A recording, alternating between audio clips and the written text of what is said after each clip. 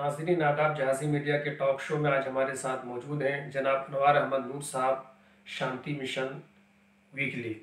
आज हम इनसे दिल्ली के इलेक्शन के बारे में कुछ जानकारी लेंगे। तो अनवार अहमद नूर साहब, आपका खैर मकदम है। जैसा कि मुझे मालूम हुआ कि आप आज निर्वाचन क्षेत्र में गए और ज़मीनी सतह पर आपने हालात का जायज़ा लिया, तो आपने क्या पाया?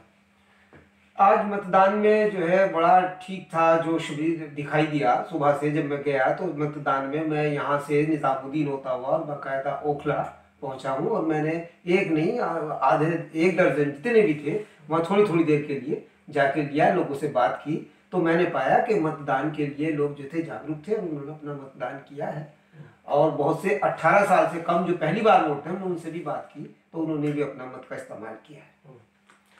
तो दिल्ली में जैसे कि कुछ क्षेत्र ऐसे थे जहाँ पर मुसलसल प्रोटेस्ट चल रहे हैं जी, और वो लोग अपनी जगह से हिलने के लिए तैयार नहीं हैं जी। तो इन क्षेत्रों में वोटिंग का के क्या रुझानात रहे? क्या वो लोग प्रोटेस्ट छोड़े या वो लोग नहीं, प्रोटेस्ट जैसे कि उम्मीद थी कि आज मतदान है, मतदान में शाहीन बाग में और दूसरा जामिया में, तो ये कल ही से उन्होंने बहुत अच्छा किया कि संविधान के इस मतदान को करने के लिए, और उन्होंने अपनी जगह को वहां से हटाया। ये बहुत अच्छी बात रही और संविधान लोगों ने पसंद किया है। और आज जब हमने देखा तो वहां प्रोटेस्ट का कोई भी ऐसा नहीं था, बिल्कुल नॉर्मल तरीके से मतदान हुआ है। और एक अच्छी बात ये हुई है कि प्रोटेस्ट से सब लोगों ने, जिस जहां हमने पाया, सब ने मतदान किया है। और उन्होंने कहा कि मतदान अपनी जगह है और प्रोटेस्ट अपनी जगह। यानी प्रोटेस्ट से इलेक्शन में कोई नुकसान नहीं हुआ, फायदा ही हुआ। हम बल्कि आज यही देखना चाह रहे थे कि प्रोटेस्ट वाले मतदान करते हैं या नहीं करते हैं, लेकिन कोई भी हमें ऐसा कैंडिडेट नहीं मिला, कोई भी जिसने मतदान नहीं। कभी ऐसा हुआ हो कि प्रोटेस्ट की वजह से जो लोग मतदान करना चाहते हैं उनके लिए रुकावटें खड़ी हुई हो? जी जी, नहीं, मतदान रुकावटें कोई खड़ी नहीं हुई कहीं भी। और बड़ा अच्छा इंतजाम जो है प्रशासन ने भी किया है। कोई मैंने देखा कि ओखला में और निजामुद्दीन में पुलिस प्रशासन का या इलेक्शन कमीशन का बहुत अच्छा रोल है। अच्छा, जैसा कि इलेक्शन से पहले जब वो कैंपेनिंग चल रहा था तो लोगों ने शाहीन बाग, पाकिस्तान, बिरयानी, इन जैसे कार्डों को बहुत ज्यादा यूज किया जी, तो क्या इसके गलत इफेक्ट पड़े?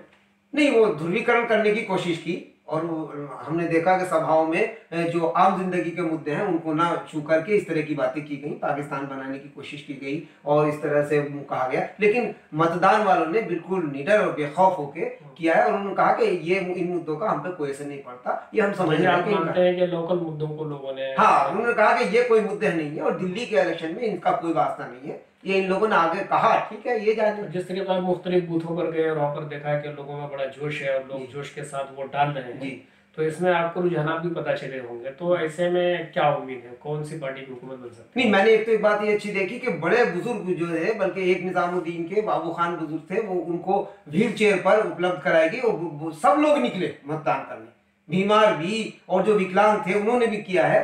अब रुझान की बात है, हमने कुछ लोगों से बात की है तो उन्होंने कहा कि हमने मतदान किया है दिल्ली के मुद्दों पे किया है, दिल्ली में हमने जिस सरकार को देखा है या कुछ देखा, अगर हमने अच्छा ही पाया है तो हमने उसको ही मतदान किया है। इस बार साफ उम्मीद जताते हैं कि आप पार्टी की हुकूमत बन सकती है? हाँ, नहीं, ज्यादातर जो रुझान है वो इसी तरीके के हैं कि मौजूदा सरकार के कामों से लोग सेटिस्फाई पाए गए, और जो नए नौजवान थे उन्होंने तो यहाँ तक खोल भी दिया नाम कि हमने फला को वोट दिया है। अच्छा, तो नाज़रीन, ये थे जनाब अनवार अहमद नूर साहब, जिनकी ज़मीनी रिपोर्ट आप सुन रहे थे और ये बतला रहे थे कि मुजाहिरीन की वजह से इलेक्शन को कोई नुकसान नहीं हुआ है, बल्कि मुजाहिरीन की वजह से, उनकी तहरीक की वजह से